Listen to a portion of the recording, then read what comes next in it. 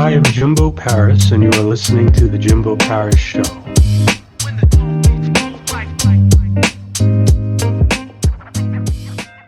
Today we have Dom Brighton. Great man. It's good to have, another black man on the show. First one, too. Well, yeah, let's see what he has to say. All right, how's it going? Woo! I'm in, baby. My man JP, Jimbo Paris. How you feeling, man? Great, great.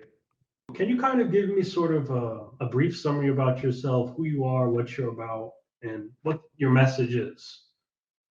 Yep, sure thing. So for those who've been living under all the rocks, name's Dominic Dom Brightmon. Folks can call me Dom for short to make it easier. And I'm a certified self-leadership trainer with the John Maxwell Team who loves to coach, empower, and inspire others to create their own piece of immortality, whether that's a book, a podcast, both, or heck, even just getting the courage and the confidence to get your stories out there because everyone has a story to tell.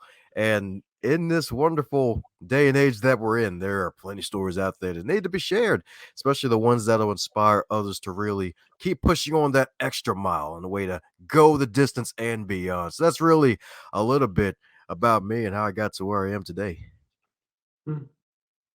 So, one word that really hit me was your own piece of immortality. Can you kind of get into what you mean by that? That sounds really interesting. My pleasure.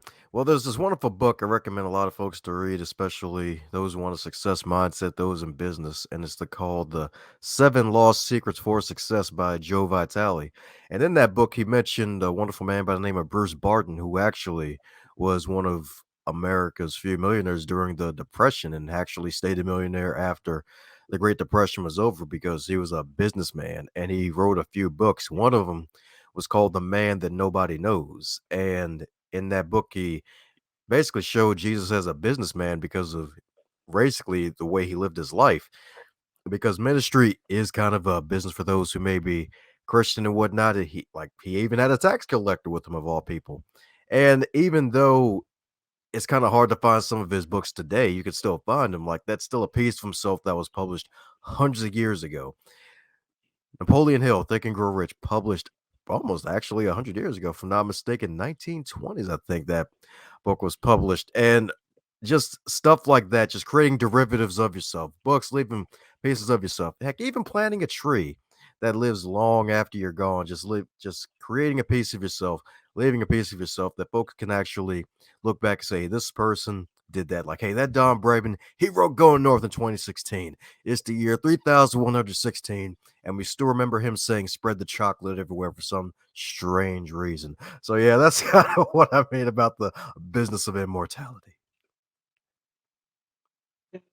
How do you apply this philosophy to your own life? Good question. One of the best ways to apply this philosophy to my own life is by creating content. And the thing is, heck, I even remember seeing this post a couple days ago about Picasso about the fact that he produced thousands and thousands of art pieces, but only 10 of them are seen as classics. And that's the thing. Like sometimes you have to really put out a massive amount, a quantity before you actually get to that eventual big piece of quality. And that's really how I apply it to my own life. I just keep creating, keep meeting new people and learning from them and trying to apply something they may have shared with me that I apply in my own life. Heck, even one of them, the wonderful Sam Leibowitz, who was on the Going North podcast, mentioned how he actually recommends all his coaching clients to start a victory log.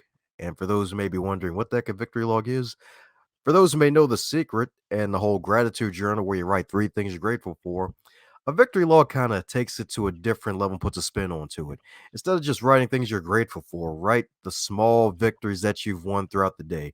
Waking up today, that's a big win. For me, getting on this show is a big win. And having it still happen is still a big win because setbacks are just a way for your story to go forward. Because if you take a setback and see it as a speed bump, you can drive right over it and see it as a setup for a future story and your success in the future. Heck, even writing 200 words down a day, that is another victory. Just writing those small wins. And then after a while, going back and looking over your past wins and see it as a journal of proof. And in a way, translating it to future content, future stories to share with other people. And that's really how I apply it to my own life, is just taking that advice from others, putting pen to paper, especially writing it down is more important because it sticks with you longer, and just heck, even sharing with others if it works for me. Hmm. And as you talk right now, I'm just going to say, you come across a lot as someone that's being like sort of a news broadcaster in a sense. Do you get that?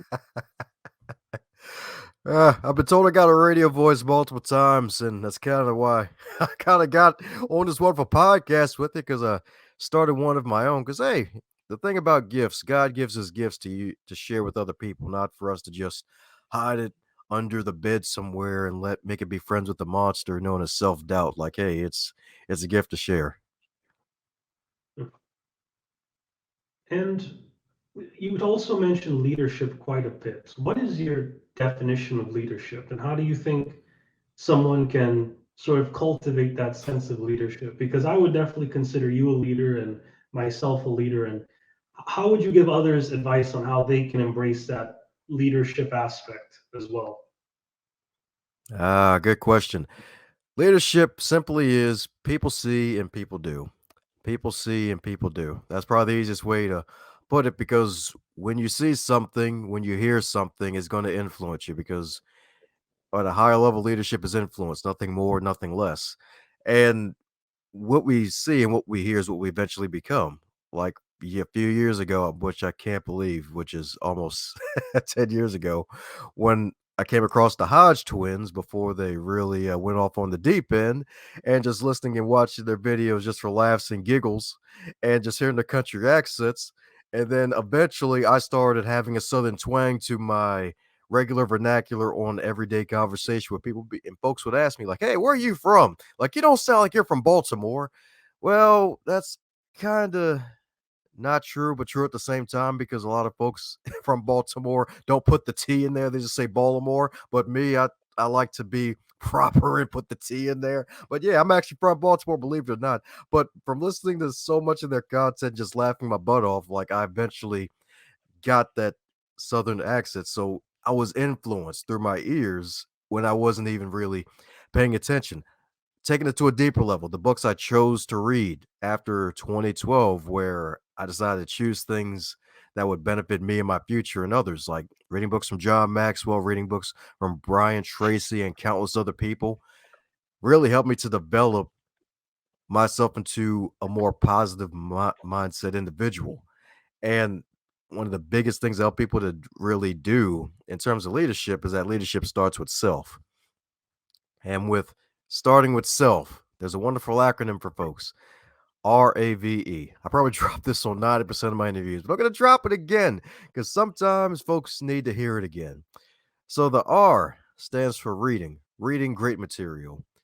The A stands for audio immersion. For those listening to the playback audio version of this wonderful show, then you're already doing good. The V stands for visual stimulation.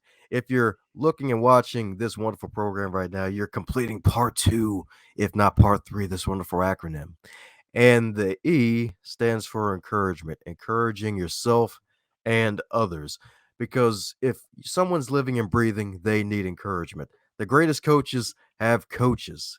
Coaches always need coaches. Heck, some of them need therapists and coaches, because, coaches, they want to see you get to a higher level and they challenge you. A therapist really sits with you and just hears you talk for probably about an hour. And of course, you have to pay him a fee. But at the end of the day, we all need encouragement, because we all breathe air and we all need to drink water to keep ourselves alive and well, pun intended.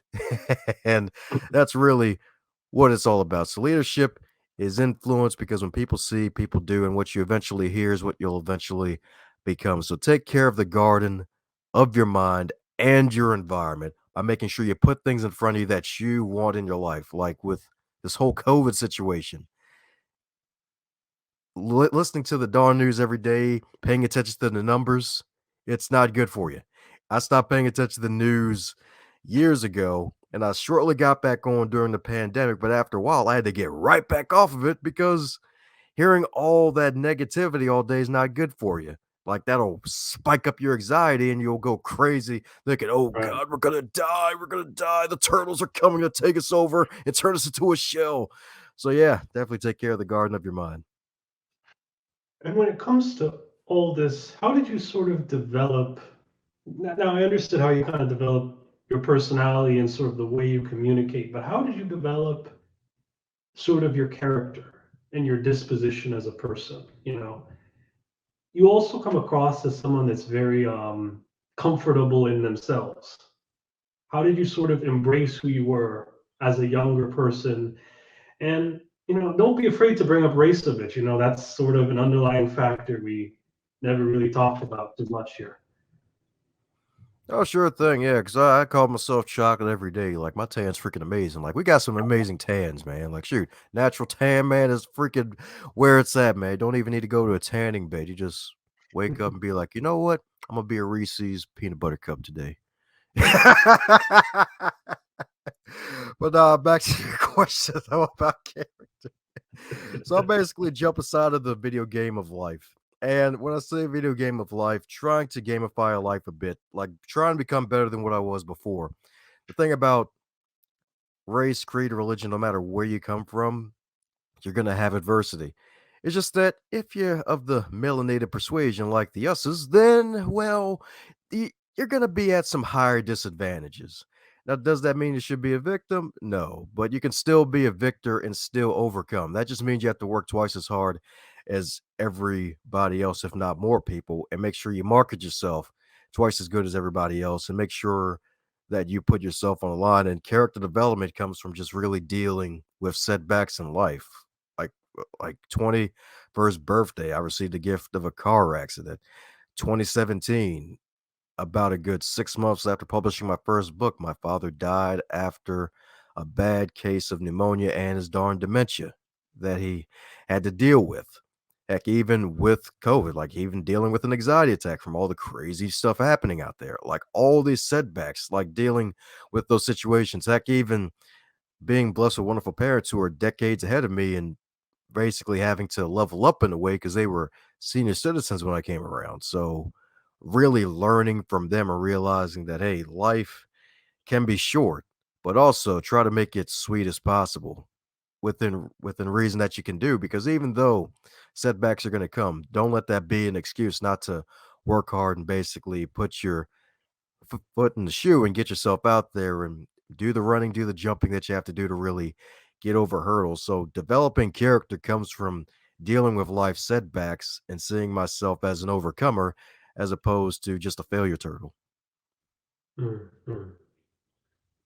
And that's a pretty intense story. And do you think the setup of sort of your household may have had an even bigger impact, perhaps, on the way you saw life, and maybe it kind of pushed you to sort of, I don't know, be a leader in your own sense, if I'm correct? Oh yeah, definitely solid question right there. It definitely did have a major impact because the thing about heck, even with that rave acronym I mentioned earlier, another substitute E is environment. Like your environment will have a big impact and influence on how you carry yourself. And my father himself, he was a veteran in World War II and in the Korean War, and was in the 82nd Airborne Division. And his father was also a preacher. And even though my father didn't become a preacher himself, he still went to church and he took me to church every Sunday for Sunday school. Even when my mom didn't really like Sunday school that much, she preferred to go to the service. And from like 8:30 to 3 p.m. every Sunday for a while growing up, like I'd be in the church and just getting that influence, neck even seeing my father, even in his early 80s, still helping out the church and still making himself useful in his old age, lifting heavy boxes from a food bank to feed folks coming into our food kitchen every Thursday. Like just seeing that wonderful example of that hard work, no matter what the age, and actually even shaped really my mindset of making sure that I really stay as young as possible and make sure try to encourage other people not to really become 30 years old and say, "Oh God, we're old." Because that's one of my biggest pet peeves is, especially if they're in their 20s, no doubt, saying, "Oh man, we are freaking old." I'm like, man, if you don't shut up with your blasphemous mouth, like you're not old till you're 85 collecting Social Security. Because my parents were basically working hard in their senior citizen years too. And they worked hard their whole lives and they still made themselves useful and they still got around. And there's still some people out there. Heck, I even talked with the wonderful lady on my show who didn't enter a bodybuilding competition until she turned 65 because it wasn't even on her radar. Now she didn't win, but she still competed, even though that took a lot of courage because no matter how hard you work, 65 is still 65. There's still going to be some wrinkles of life compared to a 20-year-old who was at the peak of their life. So just really dealing with that wonderful environment and just taking in that mindset of, hey, you're only as old as you feel. So what? Creaks and pains are going to come. It's a part of life when you're, especially when adversity comes and stress affects the body, taking that over years on end on top of everything else.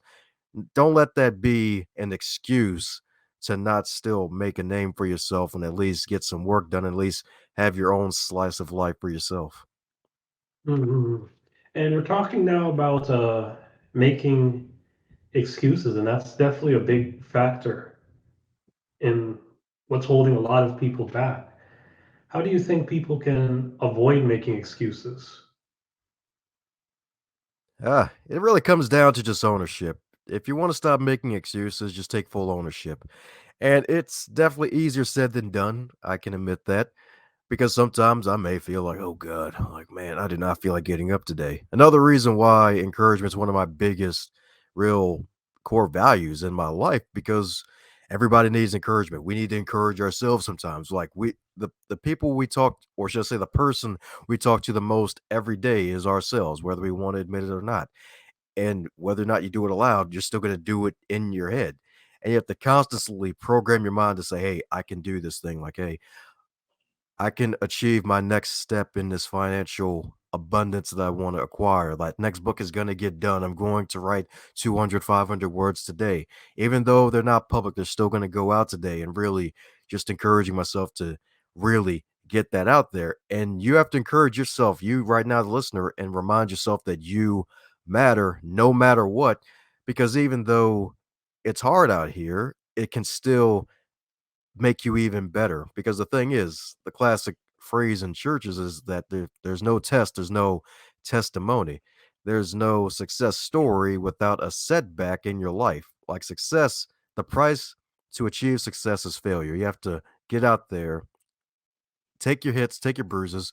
Life's going to punch you in the face, like Mike Tyson likes to say, and you're going to have to really deal with them and keep going no matter what. So, the way to deal with not making excuses is by taking ownership of yourself and making sure that you can program your mind with, heck, even with motivational tapes, audio programs, heck, even like something I even recommend for some folks is a wonderful lady by the name of Dr. Allison J.K. She has some interesting guided meditations that are not your ordinary guided meditations. It's basically affirmations repeated in reverse. So that way you can get your mind out of that victim mentality for more abundance in your life, for more light energy in your life, for more, even more playfulness in your life.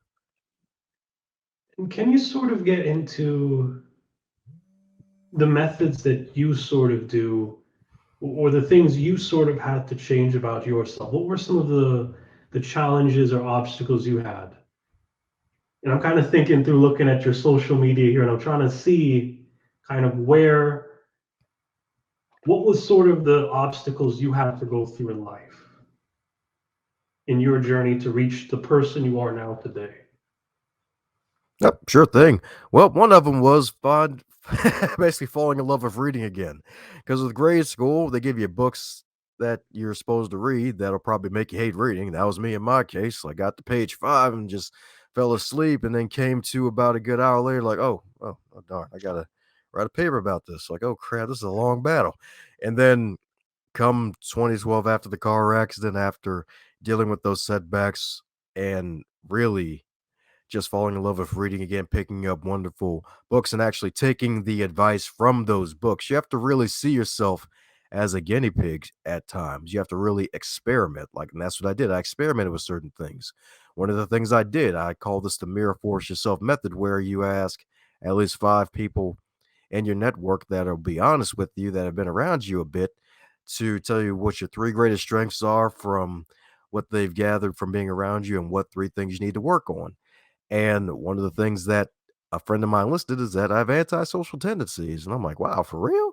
And that kind of took me aback, because that was like at the beginning of the journey when I was making steps like joining Toastmasters and things like that. But apparently he didn't see that version of me yet. He still saw the high school version of me before. So just taking that advice and making sure you keep your mouth shut through the process too when they're telling it to you, so that way you can take it in and see if it applies, and then take some action afterwards. So after that, join an additional club, went to more networking events, got my name out there, network with other people, even referred business to other people if it applies. Heck, even one time, and I actually attended a public speaking seminar for a buddy of mine was hosting it, and I attended. There was like maybe 10 people in there, and one of the guys was a photographer.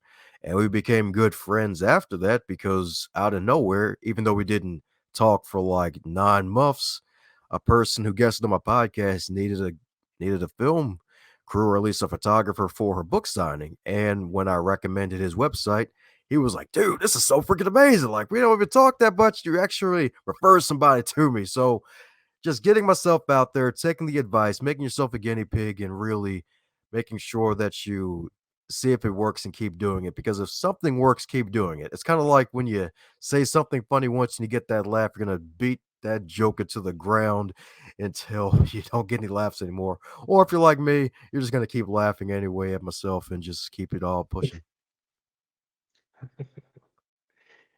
So you mentioned Toastmasters.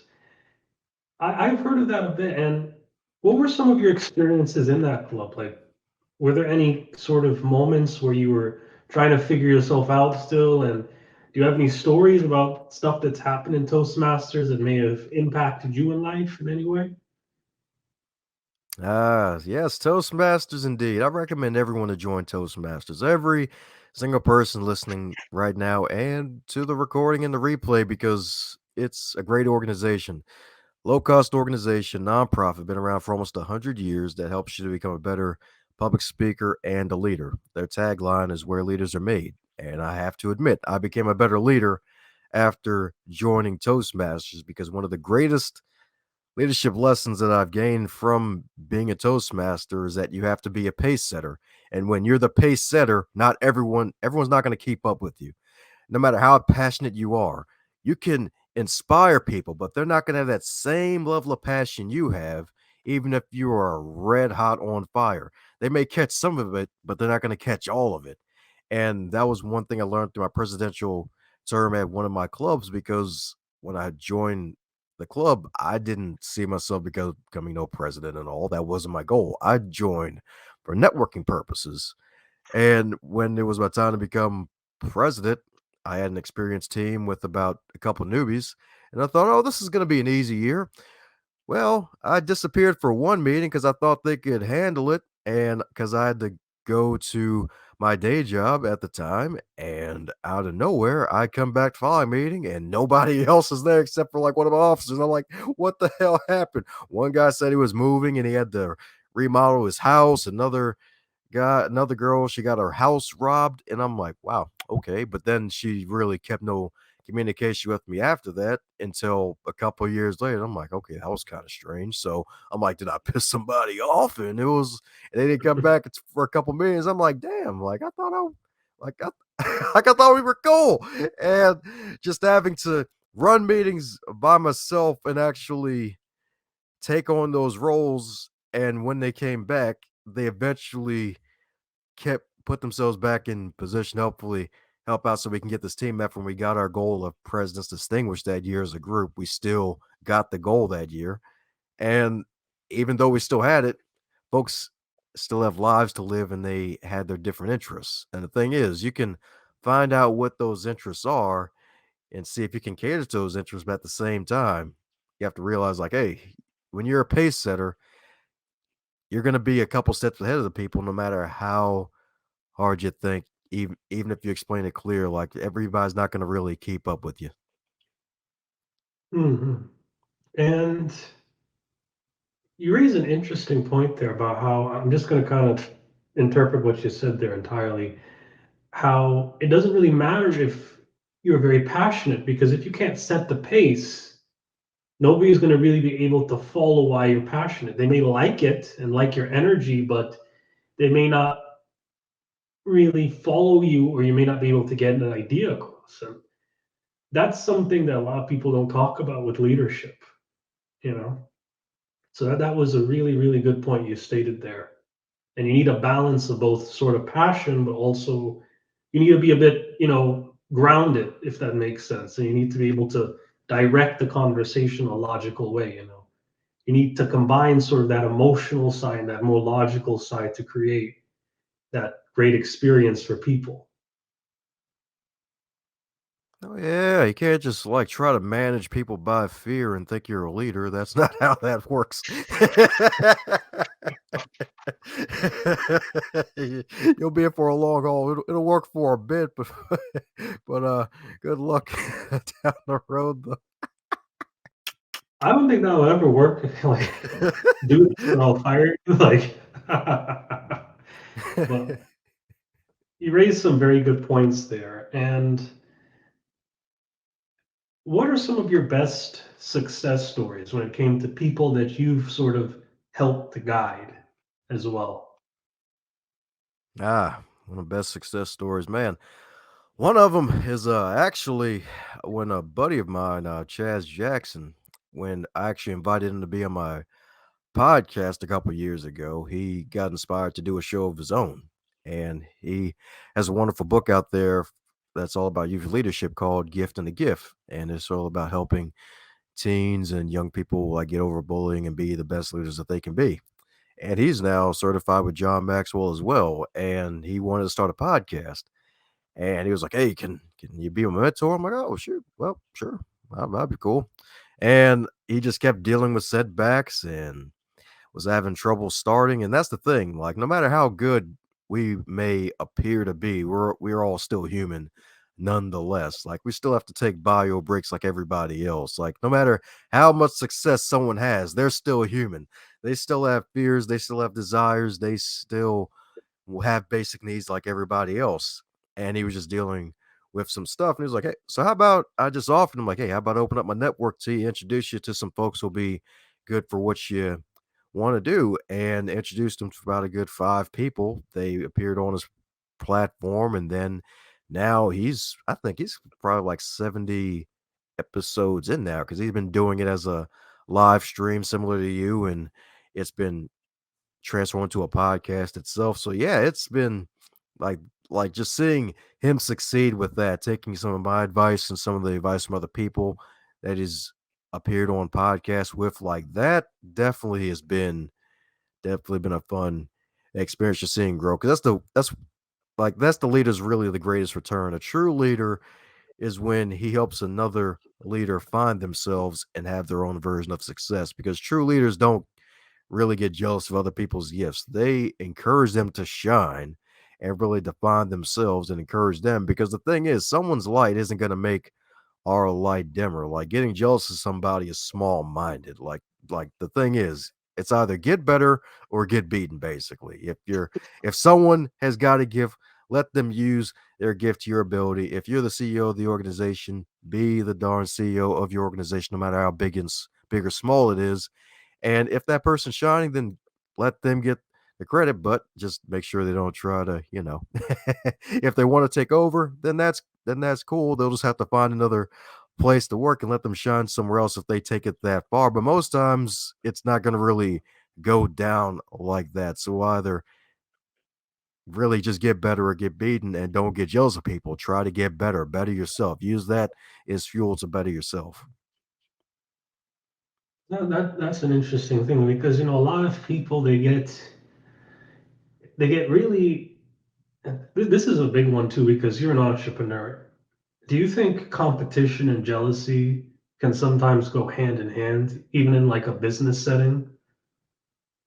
Oh yeah, definitely, definitely. Like, cause the thing is, cause not everybody's gonna have the abundance mentality, and not everybody's gonna have the mindset of, hey, they're doing better than us. Like, oh, we gotta freaking knock them out. We gotta cut their legs off somehow, metaphorically speaking. And some folks still think that way. There's a lot of people that think that way, and in a way, I think social media is one of the things that really fuels that fire, sadly, because back in the day when social media didn't exist, like, hey, you really had to put yourself on one of them classic one page websites from like 1995 on Windows 1995 and had to get yourself in a phone book and phone books. It's like, dude, those don't exist really. And if they do, who the freak is using them? Like, go to Google for that. It's still out there, but the thing is, the real folks are those who say, "Hey, okay, so what are they doing that we can do?" Because even though there may be big conglomerates like Amazon, nothing against Amazon. In fact, I encourage Amazon. Like, if y'all want to make $1 zillion, go on ahead. But hey, still support local businesses, local bookstores, and use that to your advantage. Use the underdog advantage by tapping into your resources, having more time to connect with your clientele, being able to communicate with them effectively. Heck, even doing a little thing special. Heck, I'll even shout out a wonderful business called Black Gold Publishing, where every package they send out, like if they send out some books, the packaging is in some gold packaging. It's like Black Gold Publishing. And that when I receive one of the books from one of my past guests on the show and it came in a package, I'm like, wow, this is freaking amazing. Like just little small details like that to make yourself stand out. Like the thing is, no matter how big it is in terms of this, well, actually, it actually is really big out there to really put yourself out there and get your stuff out there, but still find the ways to know your difference to set yourself apart, regardless of the competition. Like use that competition to better yourself and not be jealous. Use it to become more creative. And explosive growth will happen when you tap into your creativity. And speaking of growth, what do you think is the main aspect that's sort of holding a lot of people back? And how could they sort of get into more of that growth stage or that growth mindset? Ah, yeah, getting stuck. That's right. Yeah, sometimes life throws super glue or gorilla glue at our heads, and then we wake up and it's like, oh crap, I got a pillow stuck to me. I don't. This ain't the comfortability I was looking for. Like they talk about comfort zone, like, oh, this is uncomfortable, but yet it's a soft pillow. Like, oh no. But for those who want to get out of the growth, well, want to get out of the little zone of no growth and stagnation, ask yourself, when was the last time I've done something for the first time? When was the last time that I've done something for the first time? Because that question will force you to really think like, wow, I have not like read a book. I haven't done that in forever. I've been listening to nothing but podcasts. Or heck, even like with me ziplining. I haven't done that in a while. I'll have to do that again when things get a little more sane, hopefully. Even though it's kind of looking the opposite somewhat. And just really doing things that'll really expand your mind. Heck, even taking a different route to where you want to go. Heck, even going to a different restaurant, or heck, even going to a different website, listening to a different motivational speaker. Especially a few years ago, I listened to a different motivational speaker for about a good month or so and just learned from them and their techniques and applied it to my own life.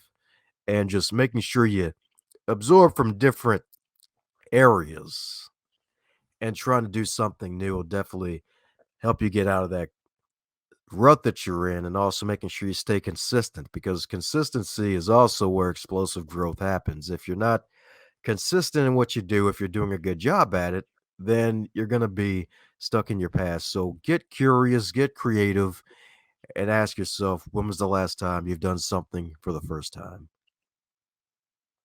Good. Dom, do you have a website by any chance? Sure thing. I got a wonderful website called dombrightman.com. That's dombrightman.com. All things Dom Brightman is there. Nice. I kind of want to ask. Oh, there we go. So, all right. So, can you possibly give us a bit of a run through of sort of how this website works and how people can sort of navigate it? This is just some sort of free promotion for you, of course. This is interesting to do. I freaking love it. So, as with a lot of websites, you're going to have your wonderful pop ups. This one is an opportunity for a free gift called the 21 Lessons Learned from 4+ years of podcasting. A lot of folks, especially in 2020, were like, hey, I'm trapped at home.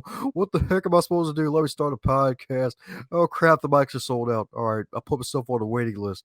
And they finally got their microphone. So, if you want to learn from a guy who's interviewed over 550 plus authors, who is eventually going to interview 1,000 different authors across the globe, who's gotten his podcast ranked in the top 10 self-help podcasters in the world for 3 years straight. This is definitely one ebook you want to pick up. So that's definitely the magical pop-up.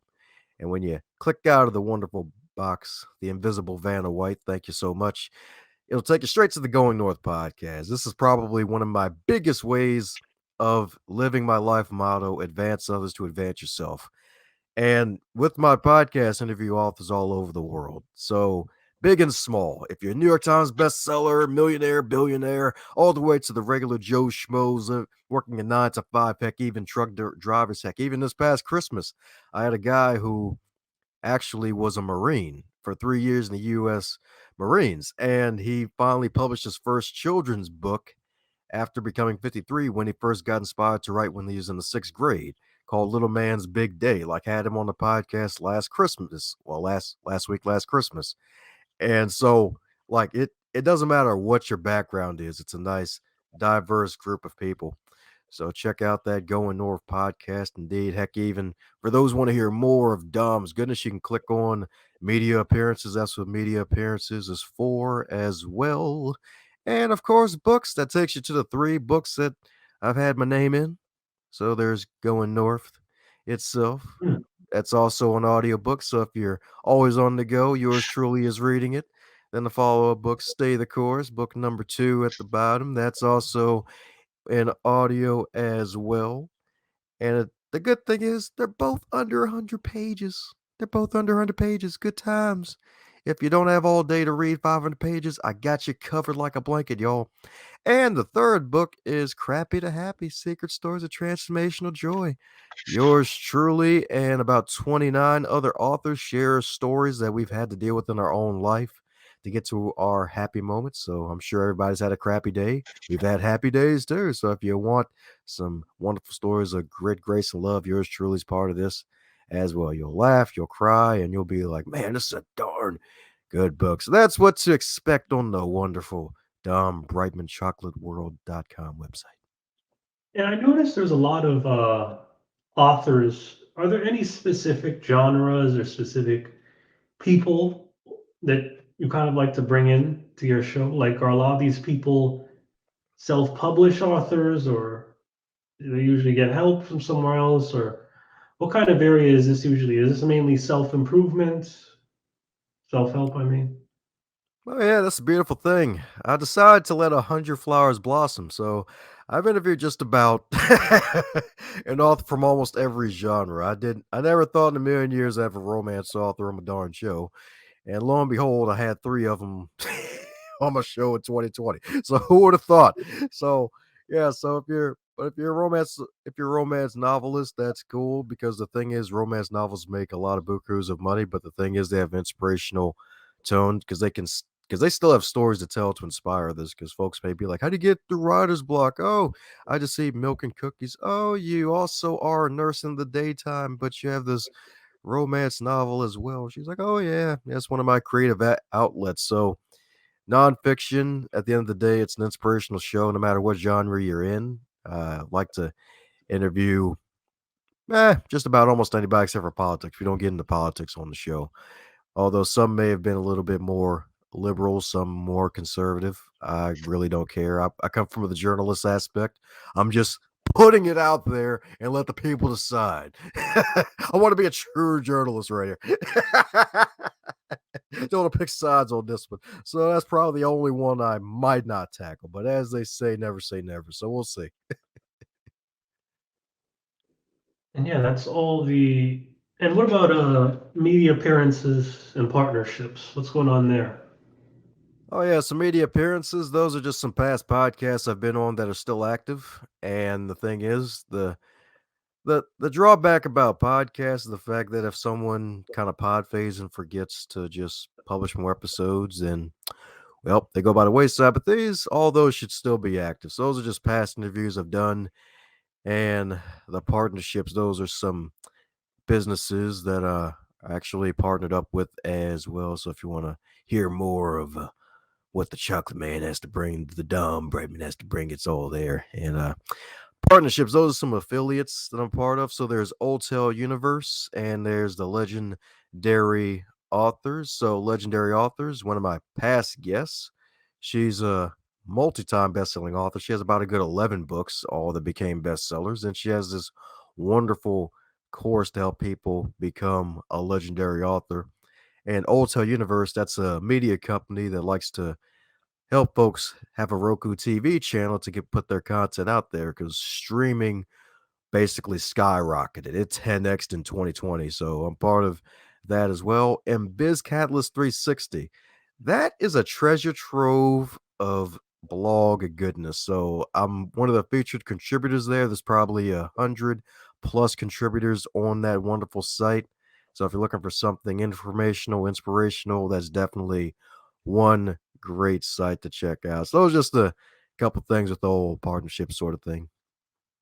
Hmm.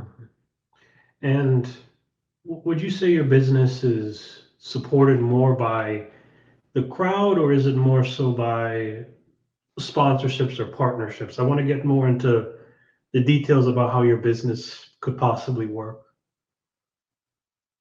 Yeah, life moves at your speed of relationships. And not to say relationships are the main thing that really helps my business to grow is from referrals and just friends. Because the thing is, it's good to have 10,000 true friends as opposed to $10,000. Because even though both are nice, 10,000 friends, you'll probably get close to $1 million with just the $10,000. Because the 10,000, you'll just get the loan or whatever, and you can have that startup money. But with friends, it's like they can connect you with other people. Like podcasts I've been on. I've sold books after being on shows. Heck, I've even referred past guests to other platforms. And that's the thing. Like, hey, if you're a cool human and I like you, then you'll be in good company and you'll stay you'll have some free real estate in my brain. So that's really how the business works. I put content out there for folks to devour, and if they like what they hear, like what they see, they bring me on to speak and they buy some of my content. And heck, even folks even refer me to other podcasts to guest on, so that way I can put more of my name out there to market what I'm doing. So yeah, that's really what it is. It's a kind of a relationship model because the thing is, the more relationships you build, the wealthier you become. And I'm not just talking about the dollars, even though those will make you holler. Like relationships are great. And that's a big one too. A lot of people focus too much on chasing the money. And why do you think that's such a bad thing? And why do you think people should focus more on cultivating other aspects instead? Oh yeah, reason why folks are chasing money so much because of Clinton, aka Bills. It's because of bills, man. That's right. Folks be like, I gotta live. Like, I gotta live here. And the thing is, they're like, oh, I want to live paycheck to paycheck or just got to make this next thing count as opposed to making meaning. So that's probably one of the main things that holds people back. They don't focus on the long term, they focus on the short term. They have a myopic sense of like, hey, if I get this paper, get to flip that and really just live the life I want to live. But at the same time, it's like, hey, a bigger life awaits if you're able to make the meaning first and then the money comes later. Because at the end of the day, the people have problems that they need solving. And if you can solve problems, the more problems you solve, the more money you make. The more meaning you make, the more money you'll make. The more friends that you'll make, especially business relationships, the more money you'll make.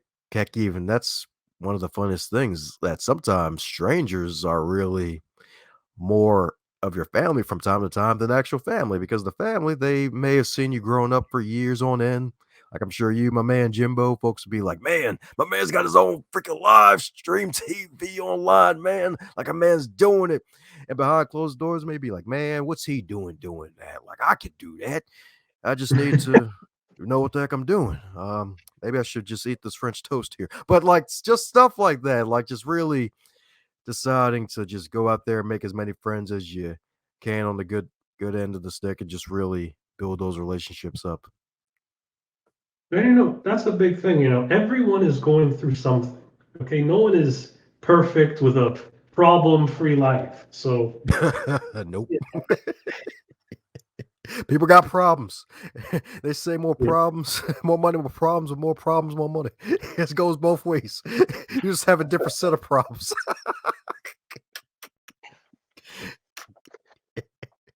And how do you think people can reduce problems in their lives? What do you think? How to reduce problems in your life? Well, seek to be a good human. I'd say that's one. Definitely seek to be a good human. I'd say like making sure that if you're doing good in the world, I'd already find ways to do more good. Like if you're donating a lot of money to charity every year, find a way to donate even more money to charities every year. If you're like with me and myself, I seek to try to grow at least 1% every day, if not 10% every year. And it's actually helped me grow with a lot of things. Like this year in particular, I've actually guested on more podcasts and sold more books this year than I did last year because I decided to take that growth mindset and put it into practice. So seek to always grow. Happy like growth is happiness. Like if you can find ways to make yourself truly happy by truly growing and doing harm to nobody, we'll definitely have less problems in the world. We'll have less issues in the world. We'll basically have less magazines in the world, if you will. If you could just focus on making sure that heck, even my life mantra, advance others to advance yourself. Find ways to help more people. And that way, the more people you help, the more rich you'll become in more ways than one. Because folks on really don't forget. They truly don't forget people that have truly helped them out when they need it. Hmm. And there's always this thought in my head. I'm looking at that title, and why was it called Going North Podcast? Why North specifically? Is there some significance with the North? Oh yeah, thanks to Santa Claus and all of his snow, it's had to call it going. Let me stop. That ain't the reason for it. That's not the reason for it. The actual reason is because that was the name of my first book, and it was originally a way to market my book. And the thing was, the title for my book came from a joke.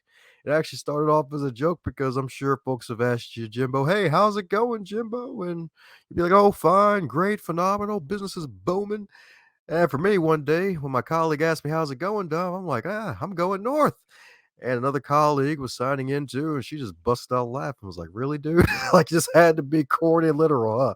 And I'm like, yeah, I had to be the kernel of the corny joke kingdom, give you some cheese and corn, be extra cheesy, extra corny. And like, just all the way back then, I realized, you know what? I'm going to make that the top of my book because Northbound Success is really where it's at. You want to go up in life, you want to advance in life, you want to become better in life, no matter what. Like, if you want to be an entrepreneur, you want to be an author, you want to be, heck, you want to embrace your dreams, maybe get into the NFL, getting past those statistics, heck, even not even getting in the NFL, getting that promotion, heck, even finding that new relationship and advancing in life happens when you point yourself up north to where you want to go in life. It's all about embracing your dreams and helping others to embrace them as well. When it comes to embracing dreams, how do you think people how do you think people should find their dreams? And I think embracing it is kind of self-explanatory. You just need to accept yourself. But how do you think people can sort of learn to find themselves? Like, for example, how did you find yourself? Oh yeah. Yeah, if only GPSs could work with that, man. Like, dude, that would be freaking amazing. Like, whoever thinks that technology would be freaking amazing. But one of the biggest ways, there's two things. One, I made sure I found my wonderful place of peace. We all need our POPs. We need our place of productivity. We need our pockets of peace. And my pocket of peace is giving myself 5 minutes of silence every day of my life when I first wake up. And sometimes that expands to 30 minutes and just letting thoughts come to me. Heck, even on top of that, asking myself questions to help even think of different ways, like thinking of, hey, what makes me laugh? What makes me cry? What makes me feel my best? What makes me feel drained? and just really taking those answers in. And then sometimes will just come right at you if you do it after a while. That's another reason why consistency leads to explosive growth, because that was a habit I've been doing consistently for years, like using my snooze button for a sensational moment of silence. Like snooze alarm goes off. All right, time to sit up, time to be still, be quiet, be with my thoughts for 5 minutes. Oh, let me change this snooze button up to a good 30 minutes. So that way, hey, I can have 30 minutes to just be with my thoughts. And then after a while, it's like, wow, like just writing things down too. Like even keeping those wonderful notebooks beside me with a couple pens, because sometimes one pen dies, you gotta need another one. And just really just being with myself, asking myself powerful questions and just taking in the answers and seeing if it applies by later putting it into practice later. Mm. And we're kind of getting close to the end here, but I kind of want to hit some more interesting questions. What do you think is sort of the future of you and your business? The future of me and my business, well, it's going to be freaking on fleek, man. I'm telling you, it's going to have metaphorical weed. It's going to be high, yo. I'm telling you, sorry. It's going to be skyscraper high, indeed, metaphorically. I'm joking. I'm being a little facetious, but yeah, that's the plan, definitely. Right now, I'm in the works of doing a couple books. I got a couple books in mind that I'm going to be doing. One's going to be another self help nonfiction book, and the other one's going to be a big project that's going to be a multi-piece faceted project that's going to be a book, audiobook, and online course, because a lot of folks tend to dig online courses because it's self-paced and self-study.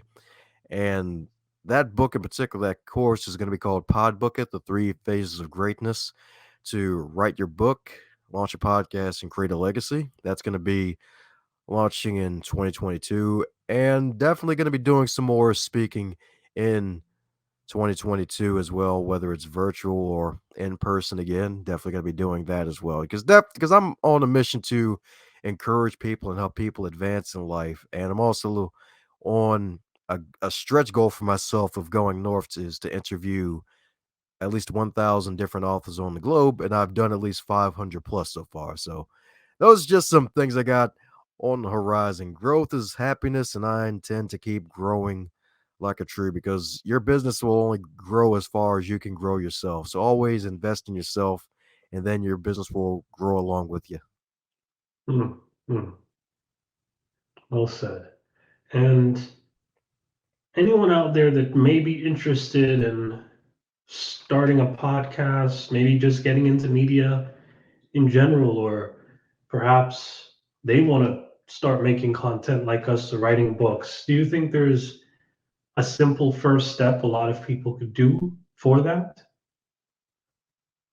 Yep, sure thing.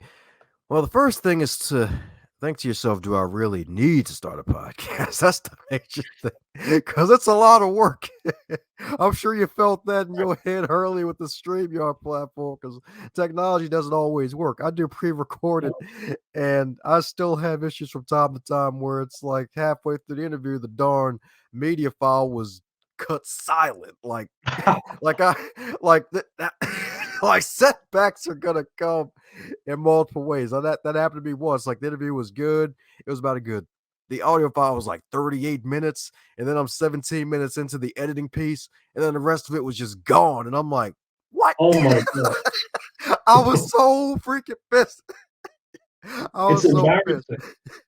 It, Oh, it, it, it's a challenge, and you have to be consistent with it. You have to be in it for the long haul, because there's some, not granted, there's some shows out there where they just come out for a season or whatever just to be like a book podcast or like a murder series podcast or whatever. But like, if you're really going to do it, then find it if you really want to do it.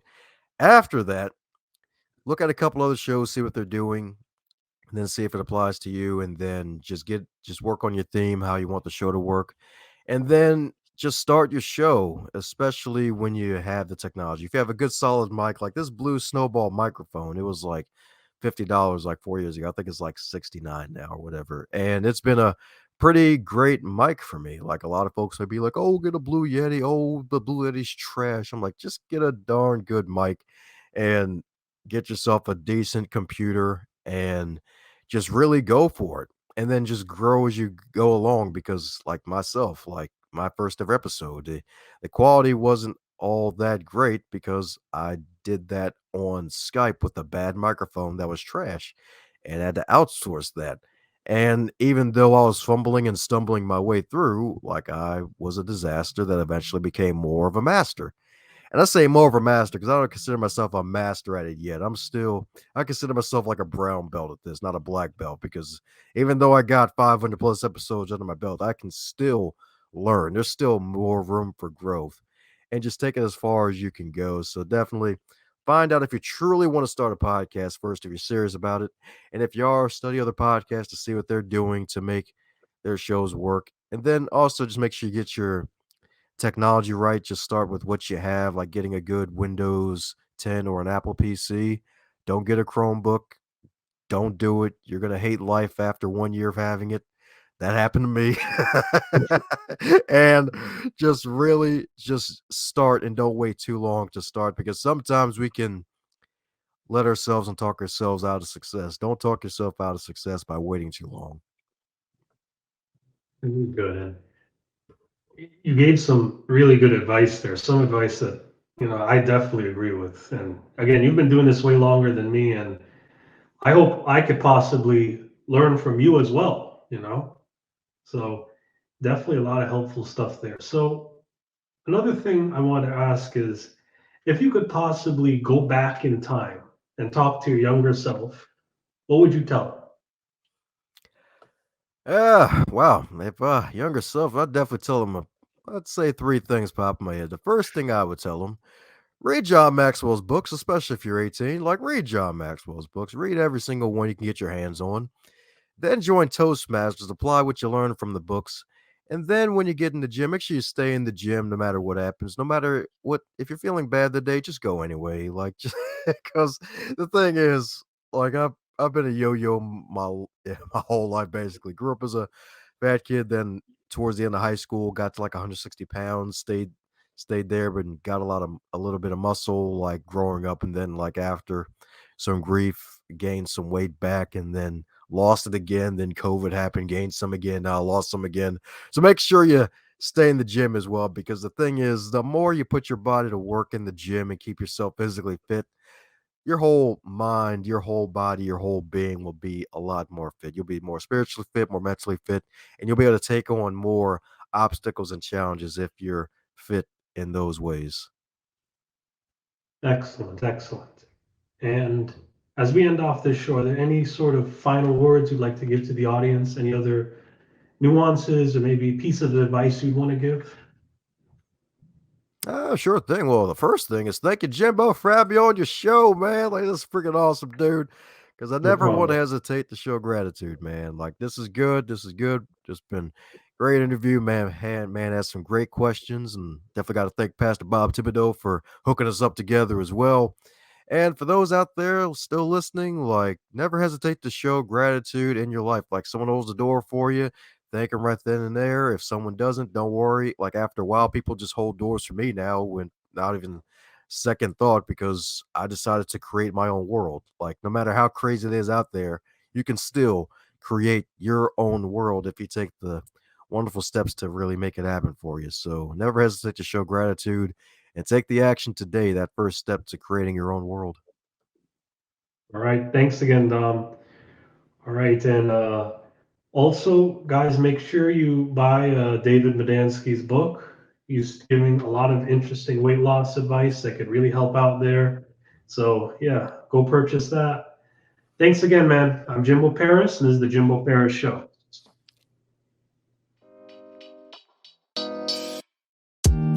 Thank you for listening to the Jimbo Paris Show.